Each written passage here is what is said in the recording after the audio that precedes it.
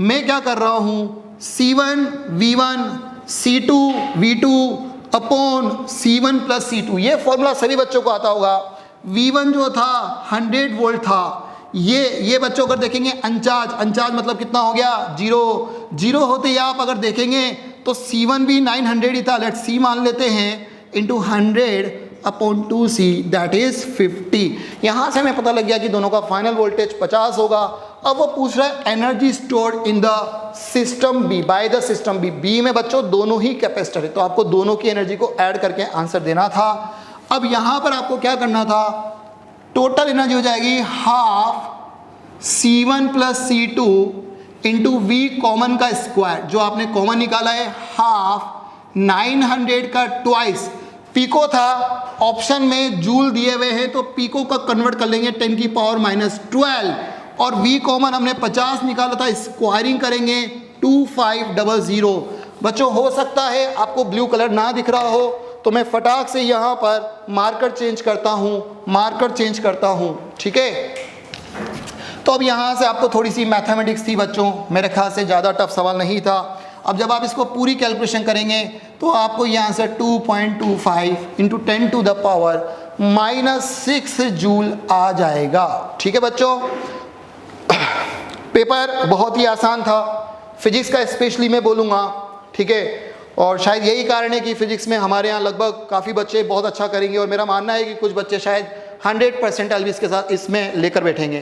तो scholar Dane की इस सफलता के लिए मैं सभी से लाइक कमेंट चाहूँगा, क्लैपिंग चाहूँगा। इतना अच्छा पेपर बनाया है, नीट का आसान पेपर बना है ये, और लगभग सभी बच्चों के इसमें से बहुत अच्छे मार्क्स आएंगे, बहुत अच्छे मार्क्स। अब हम आगे बढ़ते हैं, क्वेश्चन नंबर 37 की तरफ आते हैं। देखिए बच्चों, ये मैं बोलूँगा आप फिजिक्स की बजाय इसको केमिस्ट्री से सोल्व करोगे तो बहुत फास्ट है। सभी को पता होगा 22.4 लीटर 1 मोल के बराबर होता है। अरे केमिस्ट्री में पढ़ते हैं ना, पहला चैप्टर है, तो हम लोग क्या करेंगे, H2O। देखिए इसमें क्या दिया जाता है, volume occupied by the molecules. अब यहां पर अगर देखेंगे तो H2O का मॉलिक्यूलर वेट सभी को पता है 2 + 16 दैट इज 18 ग्राम। तो हम सबसे पहले क्या करेंगे, नंबर ऑफ मोल्स निकाल लेंगे। नंबर ऑफ मोल्स आ जाएगा 4.5 इंटू 10 टू द पावर 3। बच्चों ग्राम में कन्वर्ट करेंगे ना यार, गजब करते हो, ग्राम में कन्वर्ट करेंगे, डिवाइड बाय क्या करेंगे 18 कर देंगे, मोल्स तैयार हो गए। अब आपको पता है 1 मोल का 22.4 होता है, देयरफॉर इनका जो वॉल्यूम आ जाएगा 4.5 upon 18 into 10 to the power 3 multiplied by 22.4। अब यहां पर कुछ बच्चों ने जल्दीबाजी में गलती कर डाली होगी। कैसे, उन्होंने लीटर में निकाला। जब आप इसको लीटर में निकालते हैं बच्चों तो यह आंसर आएगा 5.6 into 10 to the power 3। But बच्चे ने जल्दीबाजी में 4th ऑप्शन टिक कर दिया। कुछ बच्चों ने शायद हो सकता है कर दिया हो, बट वो भूल गए कि ऑप्शन मीटर क्यूब में दिया गया है, मीटर क्यूब। उनको लीटर को कन्वर्ट करना था, तो सभी को पता होगा 1 लीटर में 10 to the power -3 metre cube होता है। इसलिए बच्चों इसका सही आंसर क्या आएगा, 5.6 यानी सेकंड ऑप्शन। कुछ बच्चों का ये भी आर्गुमेंट हो सकता है कि सर वाई ये लाइन का मतलब क्या है, why they wrote this line. तो बच्चों इसका केवल एक इतना सा मतलब था कि आप आइडियल गैस इक्वेशन को यूज कर सकें, PV = nRT, क्योंकि आपको पता है 22.4 वहीं से आता है, ठीक है बच्चों। अब हम आगे बढ़ते हैं। अब हमारे पास क्वेश्चन नंबर 38 आता है, ठीक है। इस सेक्शन बी का क्वेश्चन नंबर 38। देखिए फिर वही कैटेगरी आ चुकी है बच्चों, वही कैटेगरी आ चुकी है। मेरा ये मानना है जो बच्चा यहाँ पर थोड़ी समझदारी नहीं दिखाएगा वो टाइम कंज्यूम करवा बैठेगा। तो बच्चों नीट का पेपर टफ नहीं होता है, टफ होता है इन सेंस ऑफ टाइमिंग। तो यहाँ पर अगर आप देखेंगे तो उन्होंने वापस कुछ ऑप्शन यहाँ पर मैच कर रखे हैं। मैं इसमें फिर रेकमेंड करूँगा कि वो ऑप्शन पकड़ो जो बिल्कुल अलग अलग दिख रहा है। जैसे ए में देखेंगे सेकंड, बी में देखेंगे फर्स्ट, सेकंड, फोर्थ, यहाँ पे देखेंगे फर्स्ट, है ना। सी में देखेंगे तो फर्स्ट आ रहा है, थर्ड आ रहा है, फोर्थ आ रहा है।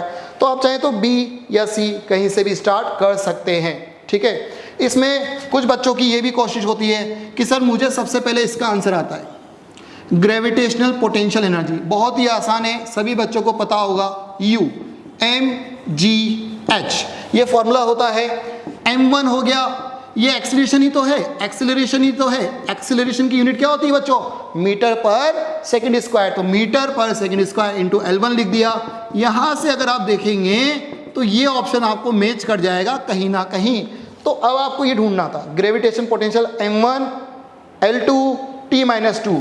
तो बच्चों ये मैच हो गया। देखो ये बच्चे जिसका है उसने भी मैच कर रखा था, तो बी में उसने फोर्थ को मैच कर दिया। बी में हमने फोर्थ को मैच कर दिया। कहाँ पर है, कहाँ पर है? बी में फोर्थ ये भी दे रहा है और बी में फोर्थ ये भी दे रहा है। इसका मतलब हमारे यहाँ से दो ऑप्शन हट चुके हैं। अब हमारे पास बी में फोर्थ ये भी दे रहा है और बी में फोर्थ ये भी दे रहा है। अब हमको बच्चों इसमें से देखना पड़ेगा, ए सेकंड में है, ए सेकंड में है, नहीं ए को नहीं देखेंगे। आप चाहें तो देख सकते हैं, बात अलग है, हम नहीं देखेंगे। फिर सी में थर्ड आ रहा है, सी में फर्स्ट आ रहा है, यानी सी को देखेंगे।